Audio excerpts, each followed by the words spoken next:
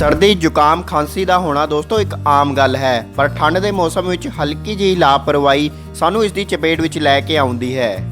ਅਤੇ ਬਾਰ-ਬਾਰ ਦਵਾਈ ਖਾਣ ਦੇ ਬਾਵਜੂਦ ਵੀ ਜੇਕਰ ਤੁਹਾਨੂੰ ਸਰਦੀ ਜ਼ੁਕਾਮ ਅਤੇ ਕਫ ਦੂਰ ਨਹੀਂ ਹੋ ਰਿਹਾ ਜਾਂ ਫਿਰ ਤੁਸੀਂ ਇਸ ਦੀ ਚਪੇਟ ਵਿੱਚ ਬਹੁਤ ਜਲਦੀ ਆਉਂਦੇ ਹੋ ਤਾਂ ਇਹ ਉਪਾਅ ਤੁਹਾਡੇ ਲਈ ਹੈ। ਅਤੇ ਦੋਸਤੋ ਤੁਸੀਂ ਇਸ ਵੀਡੀਓ ਨੂੰ ਪੂਰਾ ਜ਼ਰੂਰ ਵੇਖਿਓ ਕਿਉਂਕਿ ਇਹ ਜੋ ਉਪਾਅ ਹੈ ਇਹ ਤੁਹਾਡੀ ਪੁਰਾਣੀ ਤੋਂ ਪੁਰਾਣੀ ਸਰਦੀ ਅਤੇ ਜ਼ੁਕਾਮ ਜਿਹੀ ਬਿਮਾਰੀ ਨੂੰ ਦੂਰ ਕਰਨ ਦੇ ਲਈ ਬਹੁਤ ਫਾਇਦੇਮੰਦ ਹੈ।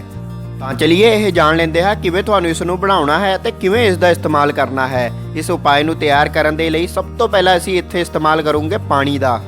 ਤੁਹਾਨੂੰ ਇੱਥੇ ਦੋਸਤੋ 1 ਕੱਪ ਪਾਣੀ ਲੈਣਾ ਹੈ ਅਤੇ ਇਸ ਤੋਂ ਬਾਅਦ ਅਸੀਂ ਲਵਾਂਗੇ ਅੱਧਾ ਚਮਚ ਜੀਰਾ ਦੋਸਤੋ ਤੁਹਾਡੀ ਸਰਦੀ ਅਤੇ ਜ਼ੁਕਾਮ ਦੇ ਲਈ ਬਹੁਤ ਫਾਇਦੇਮੰਦ ਹੈ ਅਤੇ ਨਾਲ ਇਹ ਤੁਹਾਡੇ ਸਿਰ ਦਰਦ ਅਤੇ ਬੰਦ ਨਾਕ ਨੂੰ ਖੋਲ੍ਹਣ ਦੇ ਲਈ ਬਹੁਤ ਫਾਇਦੇਮੰਦ ਹੈ। ਤੁਹਾਨੂੰ ਦੋਸਤੋ ਇੱਥੇ ਜੀਰੇ ਦਾ ਪਾਣੀ ਤਿਆਰ ਕਰਨਾ ਹੈ। ਇਸ ਦੇ ਲਈ ਤੁਸੀਂ 1 ਕੱਪ ਪਾਣੀ ਵਿੱਚ ਅੱਧਾ ਚਮਚ ਜੀਰਾ ਜੋ ਹੈ ਉਬਾਲਣ ਦੇ ਲਈ ਪਾਉਣਾ ਹੈ। ਇਸ ਨੂੰ ਉਦੋਂ ਤੱਕ ਉਬਾਲਣਾ ਹੈ ਜਦ ਤੱਕ ਇਹ ਜੋ ਪਾਣੀ ਹੈ ਉਹ ਅੱਧਾ ਗਲਾਸ ਨਾ ਹੋ ਜਾਵੇ ਅਤੇ ਅੱਧਾ ਗਲਾਸ ਪਾਣੀ ਹੋਣ ਤੋਂ ਬਾਅਦ ਤੁਸੀਂ ਜੀਰੇ ਨੂੰ ਪੁਣ ਲਵੋ ਅਤੇ ਉਸ ਦਾ ਪਾਣੀ ਅਲੱਗ ਕਰ ਲਵੋ ਅਤੇ ਉਸ ਤੋਂ ਬਾਅਦ ਤੁਹਾਨੂੰ ਜੀਰੇ ਦਾ ਪਾਣੀ ਕੁਝ ਇਸ ਤਰ੍ਹਾਂ ਦਿਖਣ ਨੂੰ ਮਿਲੂਗਾ। ਹੁਣ ਅਸੀਂ ਇੱਥੇ ਇਸਤੇਮਾਲ ਕਰਾਂਗੇ ਤੁਲਸੀ ਦੇ ਪੱਤਿਆਂ ਦਾ। ਤੁਲਸੀ ਦੇ ਪੱਤਿਆਂ ਵਿੱਚ ਦੋਸਤੋ 100 ਤੋਂ ਜ਼ਿਆਦਾ ਗੁਣ ਪਾਏ ਜਾਂਦੇ ਹਨ ਅਤੇ ਇਹ ਸਾਡੀ ਸਰਦੀ ਜ਼ੁਕਾਮ ਖਾਂਸੀ ਜਿਹੀ ਸਮੱਸਿਆ ਦੇ ਇਨਫੈਕਸ਼ਨ ਨੂੰ ਦੂਰ ਕਰਨ ਦੇ ਲਈ ਬਹੁਤ ਹੀ ਫਾਇਦੇਮੰਦ ਹੈ।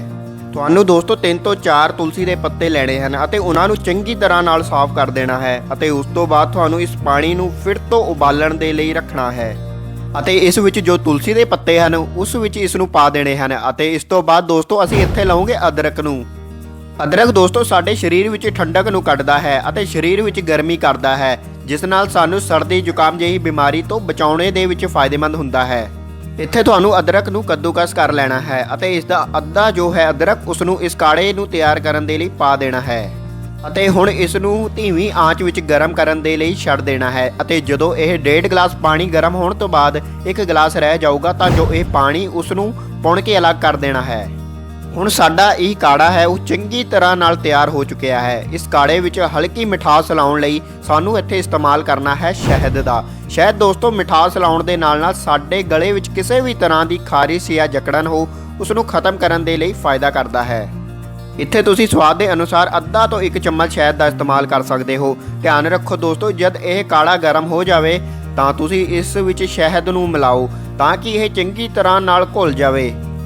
ਤਾਂ ਚਲਿਏ ਦੇਖਦੇ ਹਾਂ ਤੁਹਾਨੂੰ ਇਸ ਦਾ ਇਸਤੇਮਾਲ ਕਦੋਂ ਅਤੇ ਕਿਵੇਂ ਕਰਨਾ ਹੈ। ਇਸ ਕਾੜੇ ਦਾ ਇਸਤੇਮਾਲ ਦੋਸਤੋ ਤੁਸੀਂ ਦਿਨ ਵਿੱਚ ਕਦੇ ਵੀ ਕਰ ਸਕਦੇ ਹੋ ਲੇਕਿਨ ਤੁਸੀਂ ਇਸ ਦਾ ਇਸਤੇਮਾਲ ਸਵੇਰੇ ਕਰੋਗੇ ਤਾਂ ਇਹ ਤੁਹਾਡੇ ਲਈ ਬਹੁਤ ਫਾਇਦੇਮੰਦ ਰਹੇਗਾ। ਤੁਹਾਨੂੰ ਇਸ ਨੂੰ ਲੈਂਦੇ ਸਮੇਂ ਧਿਆਨ ਰੱਖਣਾ ਹੈ ਕਿ ਤੁਹਾਨੂੰ ਇਸ ਨੂੰ ਨਾ ਤਾਂ ਲੈਣੇ ਤੋਂ 1 ਘੰਟੇ ਪਹਿਲਾਂ ਖਾਣਾ ਹੈ ਅਤੇ ਨਾ ਹੀ 1 ਘੰਟੇ ਬਾਅਦ ਤੱਕ ਕੁਝ ਖਾਣਾ ਹੈ।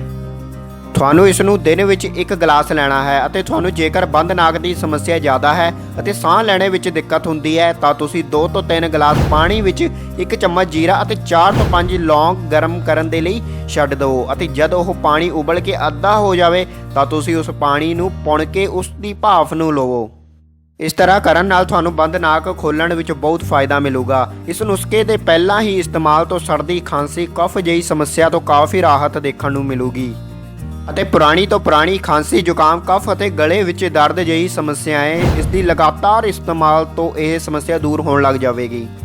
ਤਾਂ ਇੱਕ ਗੱਲ ਦਾ ਧਿਆਨ ਰੱਖਣਾ ਦੋਸਤੋ ਪ੍ਰੈਗਨੈਂਟ ਲੇਡੀ ਇਸ ਦਾ ਇਸਤੇਮਾਲ ਬਿਲਕੁਲ ਵੀ ਨਾ ਕਰੇ ਅਤੇ ਜਿਨ੍ਹਾਂ ਦਾ ਪਾਚਨ ਤੰਤਰ ਕਮਜ਼ੋਰ ਹੈ ਉਹ ਵੀ ਇਸ ਦਾ ਇਸਤੇਮਾਲ ਨਾ ਕਰਨ।